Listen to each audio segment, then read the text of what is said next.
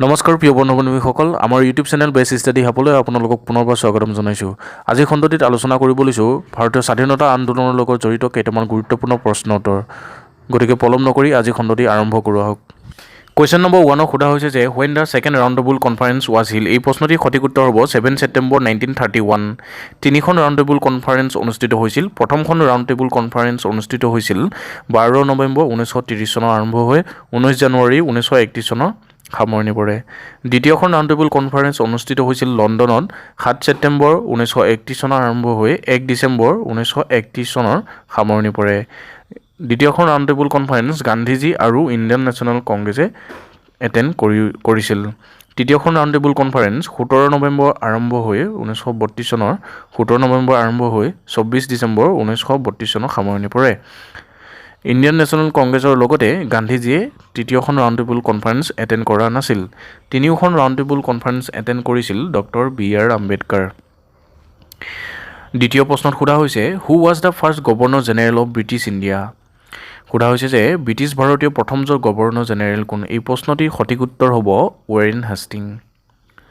তৃতীয় প্ৰশ্নত সোধা হৈছে who was the governor general of India when the Indian National Congress form. ইয়াতে সোধা হৈছে যে ইণ্ডিয়ান নেশ্যনেল কংগ্ৰেছ উদ্ভৱ হোৱাৰ সময়ত বা জন্ম হোৱাৰ সময়ত ভাৰতীয় গভৰ্ণৰ জেনেৰেল কোন আছিল বুলি সুধিছে। এই প্ৰশ্নটিৰ সঠিক উত্তৰ হ'ব লৰ্ড ড্ৰাফিন।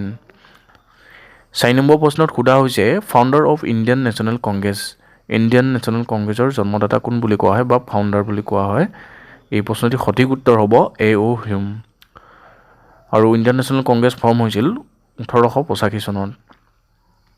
ইয়াৰ পিছৰ প্ৰশ্ন সোধা হৈছে which company first came to India for trade. ব্যৱসায়ী হিচাপে কোনটো কোম্পানী প্ৰথম ভাৰতবৰ্ষলৈ আহিছিল বুলি কৈছে। এই প্ৰশ্নটিৰ সঠিক উত্তৰ হ'ব ইষ্ট ইণ্ডিয়া কোম্পানী 1600 চনত। ইষ্ট ইণ্ডিয়া কোম্পানী গঠিত হয় 1599 চনৰ 22 ছেপ্টেম্বৰ ইংলেণ্ডত। এইটো কোম্পানীক ইংলিছ ইষ্ট ইণ্ডিয়া কোম্পানী নামেৰেও জনা যায়। 1599 চনৰ 31 ডিচেম্বৰত ৰাণী এলিজাবেথে এই কোম্পানীক উত্তৰ মহা অন্তৰীপৰ পৰা উত্তৰ পূব ভাৰতৰ লগতে পূব আৰু দক্ষিণ পূব এছিয়াৰ যিকোনো অঞ্চলতে ব্যৱসায় কৰাৰ অনুমতি দিয়ে আৰু সেই মৰ্মে 1600 চনত ইষ্ট ইণ্ডিয়া কোম্পানী ব্যৱসায়ী হিচাপে ভাৰতলৈ আহিছিল। ইয়াৰ পিছত প্ৰশ্নটি সোধা হৈছে যে where was the first session of Indian National Congress held in. এই প্ৰশ্নটিৰ সঠিক উত্তৰ হ'ব বম্বে। ভাৰতীয় জাতীয় কংগ্ৰেছৰ প্ৰথমখন অধিৱেশন বম্বেত অনুষ্ঠিত হৈছিল আৰু ইণ্ডিয়ান নেশ্যনেল কংগ্ৰেছৰ ফৰ্ম হোৱা চনটো হ'ল 1885 চন। ইয়াৰ পিছতে সোধা হৈছে হুৱেন ৱাজ দ্য স্বদেশী মুভমেণ্ট বিগেন। ইয়াতে সোধা হৈছে যে স্বদেশী আন্দোলন কেতিয়া আৰম্ভ হৈছিল। এই প্ৰশ্নটিৰ সঠিক উত্তৰ হ'ব 1905 চনত 1905।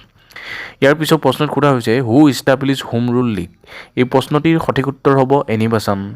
এনি বাচানটো হোম ৰুল লীগৰ ফাউণ্ডাৰ বুলি জনা যায়।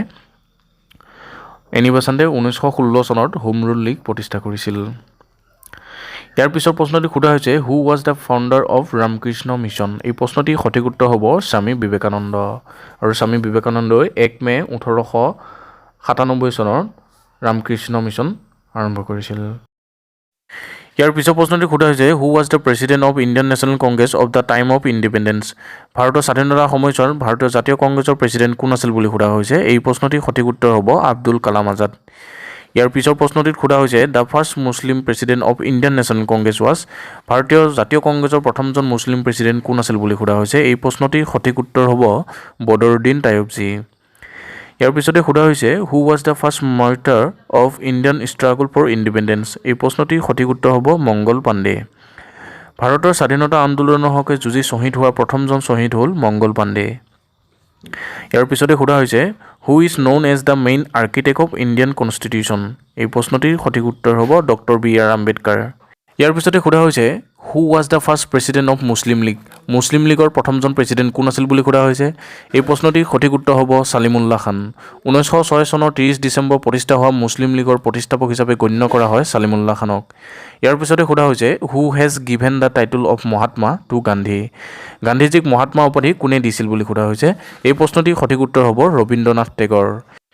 ইয়াৰ পিছৰ প্ৰশ্নটি সোধা হৈছে Dandi march is associated with. এই প্ৰশ্নটিৰ সঠিক উত্তৰ হ'ব civil disobedience movement. Dandi march civil disobedience মুভমেণ্টৰ লগত জড়িত। ইয়াৰ পিছতে সোধা হৈছে যে when was the Lucknow pact sign. এই প্ৰশ্নটিৰ সঠিক উত্তৰ হ'ব 1916 চন। লক্ষ্ণৌ চুক্তি আছিল ভাৰতীয় জাতীয় কংগ্ৰেছ আৰু সৰ্বভাৰতীয় মুছলিম লীগৰ মাজত হোৱা এক ধৰণৰ চুক্তি বা বুজাবুজি 1916 চনৰ ডিচেম্বৰ মাহত ভাৰতৰ লক্ষ্ণৌত অনুষ্ঠিত হোৱা দুয়োটা দলৰ এখন যুটীয়া বৈঠকত এই চুক্তি হয় এই চুক্তিৰ জৰিয়তে দুয়োটা দলে প্ৰাদেশিক বিধানমণ্ডলীত ধৰ্মীয় সংখ্যালঘুৰ প্ৰতিনিধিত্ব সমৰ্থন কৰে ইয়াৰ পিছত প্ৰশ্নটিত সোধা হৈছে when the chauri-choura incident took place এই প্ৰশ্নটিৰ সঠিক উত্তৰ হ'ব 5th February 1922 ইয়াৰ পিছতে সোধা হৈছে who was known as frontier Gandhi বুলি কাক জনা যায় এই প্ৰশ্নটিৰ সঠিক উত্তৰ হ'ব আব্দুল গাফৰ খান ইয়াৰ পিছতে সোধা হৈছে when was Muslim League first demand partition of India এই প্ৰশ্নটিৰ সঠিক উত্তৰ হ'ব 1940 1940 চনৰ পাৰ্টিশন অফ ইণ্ডিয়া মুছলিম লীগে প্ৰথমবাৰৰ বাবে ডিমাণ্ড কৰিছিল ইয়াৰ পিছত প্ৰশ্নটি সোধা হৈছে the first president of independent India was এই প্ৰশ্নটি সোধা হৈছে যে স্বাধীন ভাৰতৰ প্ৰথমজন ৰাষ্ট্ৰপতি কোন আছিল বুলি সোধা হৈছে এই প্ৰশ্নটিৰ সঠিক উত্তৰ হ'ব ডক্টৰ ৰাজেন্দ্ৰ প্ৰসাদ স্বাধীন ভাৰতৰ প্ৰথমজন ৰাষ্ট্ৰপতি আছিল ইয়াৰ পিছতে সোধা হৈছে the Forward Bloc was form by এই প্ৰশ্নটিৰ সঠিক উত্তৰ হ'ব সুভাষ চন্দ্ৰ বোছে ফৰৱাৰ্ড ব্লক প্ৰতিষ্ঠা কৰিছিল ইয়াৰ পিছতে সোধা হৈছে non cooperation movement start in এই প্ৰশ্নটিৰ সঠিক উত্তৰ হ'ব 1920 চনৰ নন কোঅপাৰেশ্যন মুভমেণ্ট আৰম্ভ হৈছিল ইয়াৰ পিছত প্ৰশ্নটি সোধা হৈছে the India celebrate the independent day for the first time এই প্ৰশ্নটিৰ সঠিক উত্তৰ হ'ব 26 জানুৱাৰী 1930 অৰ্থাৎ 1930 চনৰ 26 জানুৱাৰী তাৰিখে ভাৰতবৰ্ষৰ প্ৰথমবাৰৰ বাবে স্বাধীনতা দিৱস পালন কৰা হৈছিল ইয়াৰ পিছত প্ৰশ্নটিত সোধা হৈছে the first women president of Indian National Congress was এই প্ৰশ্নটিৰ সঠিক উত্তৰ হ'ব এনি বেছাণ্ট আছিল ইণ্ডিয়ান নেশ্যনেল কংগ্ৰেছৰ অৰ্থাৎ ভাৰতীয় জাতীয় কংগ্ৰেছৰ প্ৰথমগৰাকী ওমেন প্ৰেছিডেণ্ট ইয়াৰ পিছত প্ৰশ্নটিত সোধা হৈছে the doctrine of lapse was introduce by এই প্ৰশ্নটিৰ সঠিক উত্তৰ হ'ব লৰ্ড ডেলহাউছিয়ে ডক্ট্ৰাইন অফ লেবছ ইণ্ট্ৰডিউচ কৰিছিল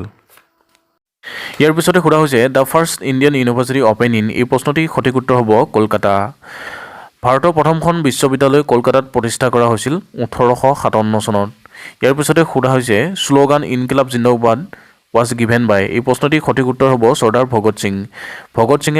ভগত সিঙে ইনকিলাব জিন্দাবাদ শ্লোগান দিছিল ইয়াৰ পিছতে সোধা হৈছে 1930 Mahatma Gandhi start civil disobedience movement from এই প্ৰশ্নটিৰ সঠিক উত্তৰ হ'ব সবৰমতী 78 জন বিশ্বাসযোগ্য স্বেচ্ছাসেৱকৰ সৈতে 1930 চনৰ 12 মাৰ্চত সবৰমতী আশ্ৰমৰ পৰা যাত্ৰা কৰিছিল মহাত্মা গান্ধীয়ে বন্ধু বান্ধৱীসকল আজি খণ্ডটিৰ শেষৰ প্ৰশ্নটি হৈছে মহাত্মা গান্ধীৰ return in India living south Africa এই প্ৰশ্নটিৰ সঠিক উত্তৰ হ'ব 1915 অৰ্থাৎ 1915 চনত মহাত্মা গান্ধীয়ে চাউথ আফ্ৰিকাৰ পৰা ভাৰতলৈ ঘূৰি আহিছিল